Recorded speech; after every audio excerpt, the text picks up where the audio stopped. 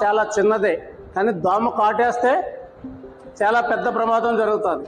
కొన్నిసార్లు మరణించే అవకాశం ఉంది, కొన్నిసార్లు బోధకాలు వచ్చే అవకాశం ఉంది, కొన్నిసార్లు డెంగ్యూ ఫీవర్ వస్తుంది, మలేరియా వస్తుంది, ఇలా అనేక రకాల వ్యాధులు వస్తాయి. కాబట్టి మీరంతా ఏం చేయాలి? దోమల నివారణ కోసం విస్తృతంగా ప్రచారం చేయాలి. ప్రచారం చేయాలా? ఈ ప్రచారం చేయాలంటే మీరందరూ ముందు మీ ఇంట్లో అందరికీ చెప్పాలి, మీ ఇంటి పక్కన వాళ్ళకి చెప్పాలి.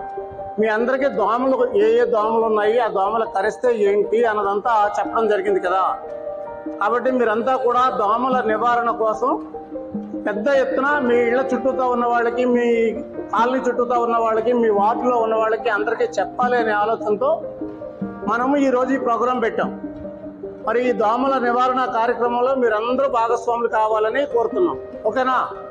ఎంతమంది దోమల నివారణకి కృషి చేస్తారు? చేతులెత్తండి.